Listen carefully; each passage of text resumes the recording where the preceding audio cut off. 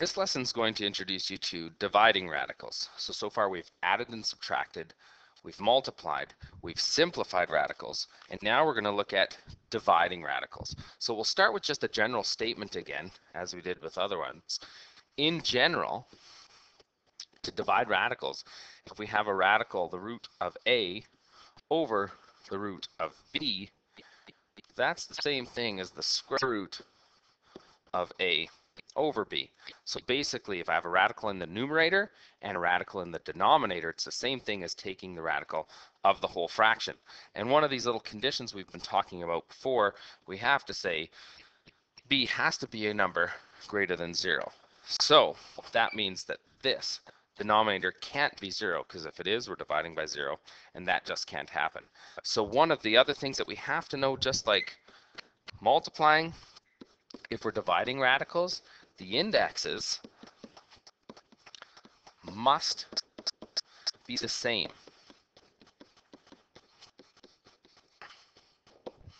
To divide.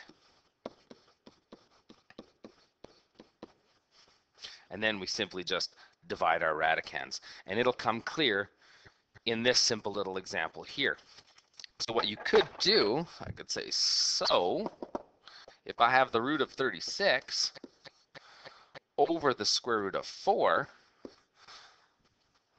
from what we just looked up above, that's the same thing as saying the square root of 36 over 4.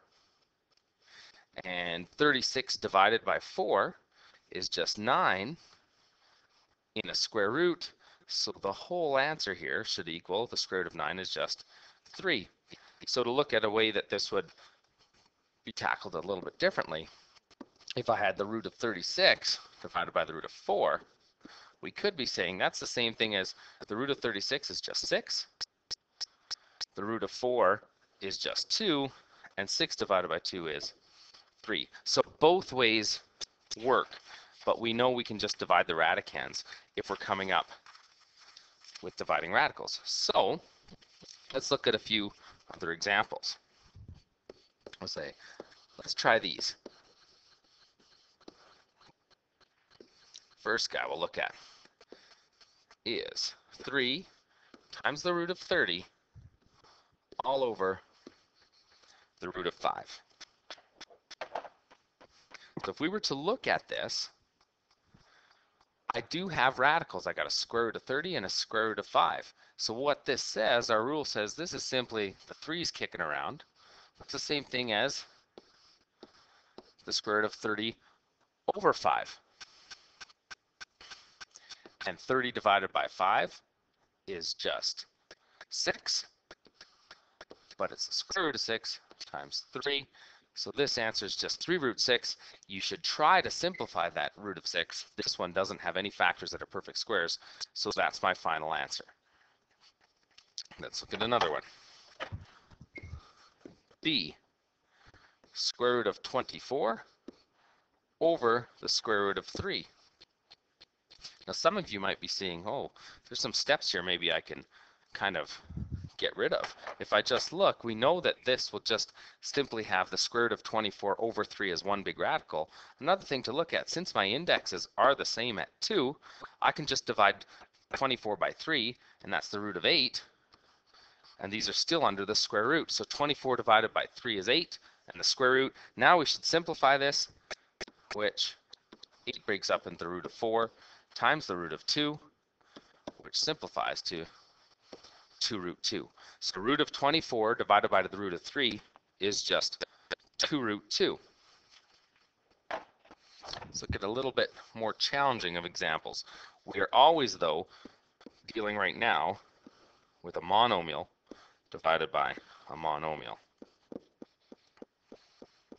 So let's look at this example. 6 root 40 divided by 4 root 45. Now, just like with fractions, it's always easier to work with fractions if you can simplify things first. So I think that's what we're going to try to do. I'm going to first off look at this. 6 over 4. 6 over 4, these are both the coefficients. So 6 over 4 can be reduced as a fraction. They're both divisible by 2. So 6 over 4 is 3/2. So I fixed those numbers first. Now I'm going to look at the root of 40, and I'm going to determine, can I break 40 up into something that would simplify this?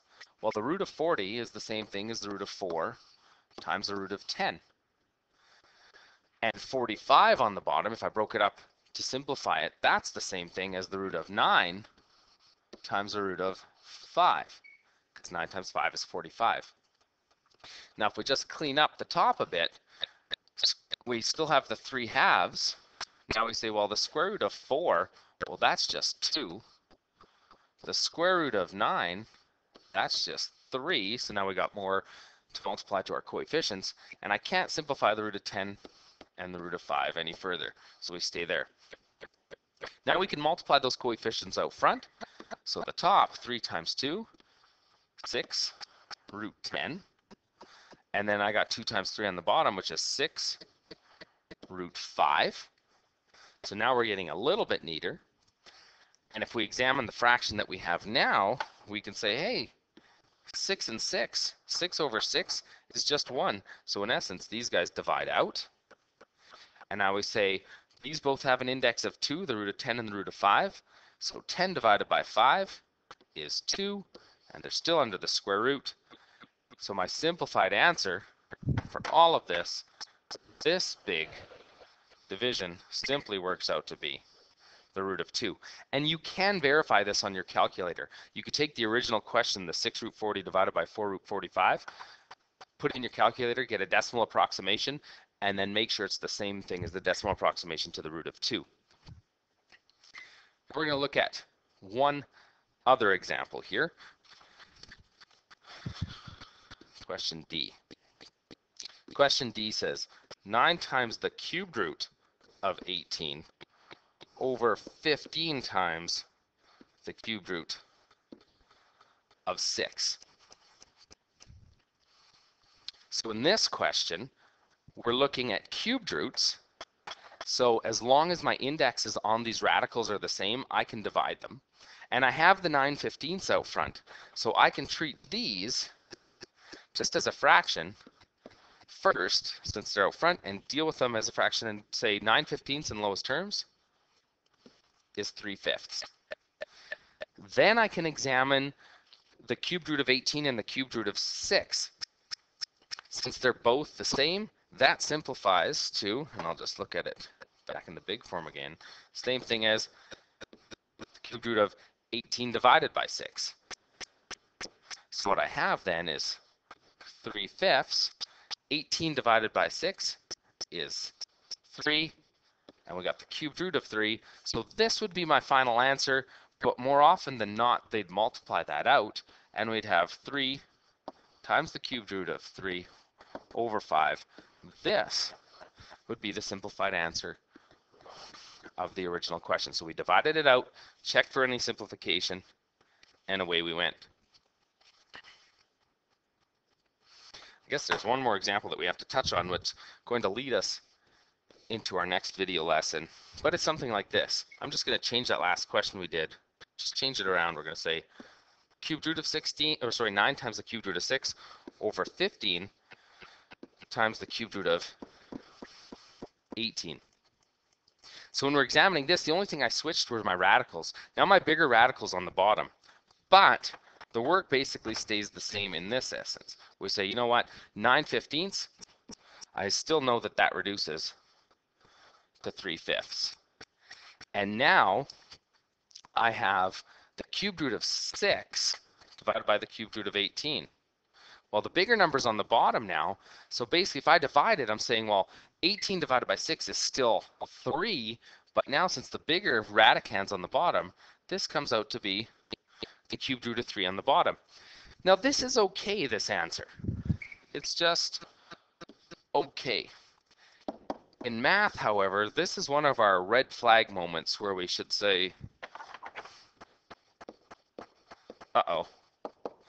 Because there's a new skill in math that we'll be learning in our next video that basically tells us how to eliminate having a radical on the bottom. Because in math, by convention, we try not to have radicals on the bottom of a fraction.